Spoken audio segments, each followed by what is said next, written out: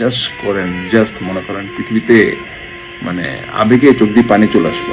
আমি জাস্ট চিন্তা করছিলাম যে এবার যেন বাস্তবে সকল জল্পনা কল্পনার অবসান ঘটিয়ে মুখ খুলেছেন ছোট পর্দার জনপ্রিয় অভিনেতা ইরফান। কখনোই কল্পনাও করতে পারেননি এমন মন্তব্য করে তাক লাগিয়ে দেবেন এই অভিনেতা। জনপ্রিয় অভিনেতা ও অভিনেত্রী এমন অপকর্মে লিপ্ত ছিলেন দীর্ঘদিন, যা চক্ষু আড়ালে ছিল। এবার যেন টুপি মাথায় দিয়ে সকল সত্য প্রকাশ করেছেন, সকলের সামনে তুলে ধরেছেন বাস্তব জীবনের এক করুণ মর্মান্তিক দৃশ্য। কি এমন অপকর্ম করেছিলেন জনপ্রিয় অভিনেতা আলভে, কেনই বা আজ মুখ খুলেছেন তারই সহকর্মী ইরফান? সকল গোপন তথ্য ফাঁস হওয়ার পর থেকে যেন রাতের ঘুম হারাম হয় এই অভিনেতার। অন্যদিকে তিথি মন্তব্য করেছেন তেমন কোনো সম্পর্ক ছিল না জনপ্রিয় অভিনেতা জাহের আলভের সঙ্গে। এমন মন্তব্যে নারাজ, তবে এ বিষয়ে অনেকেই মতামত প্রকাশ করছেন ইতিমধ্যেই, যেগুলো দেখে সত্যি তদন্ত করা খুবই দুষ্কর হচ্ছে।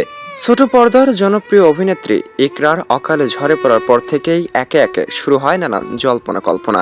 ইতিমধ্যেই সন্দেহের তীরে রয়েছেন জনপ্রিয় অভিনেতা আলভি ও জনপ্রিয় অভিনেত্রী তিথি। তবে তদন্ত রেশ কাটতে না কাটতেই এবার যেন নতুন করে মুখ খুলেছেন ছোট পর্দার অভিনেতা ইরফান। টুপি মাথায় দিয়ে যে মন্তব্য করেছেন সে মন্তব্য নিয়ে বর্তমান সময় নানান সমালোচনা। ইতিমধ্যেই সন্দেহ করছেন জনপ্রিয় অভিনেত্রী তিথি ও জনপ্রিয় অভিনেতা আলভিকে। কেন ইকরা অকালে ঝরে পড়েছিলেন? ইকরা কি সত্যি দীর্ঘদিন নানান অপকর্মের সঙ্গে লিপ্ত ছিলেন, নাকি এই ছোট পর্দার অভিনেত্রীকে ফাঁসানো হচ্ছে, নাকি নিজে বাঁচতে ও অন্যকে বাঁচাতে এমন মন্তব্য করেছেন ছোট পর্দার অভিনেতা জাহের আলভি? তবে সকল জল্পনা কল্পনার অবসান ঘটিয়ে যে তথ্য দিয়েছেন ছোট পর্দার অভিনেতা ইরফান, তাই আজ যেন চর্চা হচ্ছে পুরো সোশ্যাল মিডিয়ায়। অনেকেই ইতিমধ্যেই ইরফানকে নিয়ে মন্তব্য প্রকাশ করতেই ব্যস্ত, অনেকেই ইতিমধ্যেই ইকরাকে ভুলে গিয়েছেন। ইরফানের একটি মন্তব্যকেই ঘিরে যেন সোশ্যাল মিডিয়ায় আজ নানান তর্ক বিতর্ক। যদিও সন্দেহের তীর গিয়েছিল জনপ্রিয় অভিনেতা আলভি ও ইকরার দিকে, তবে একে একে ফাঁস করা হচ্ছে সকল গোপন তথ্য। তবে মন্তব্য করা হয় এর সঙ্গে যুক্ত নেই ছোট পর্দার অভিনেতা জাহের আলভি।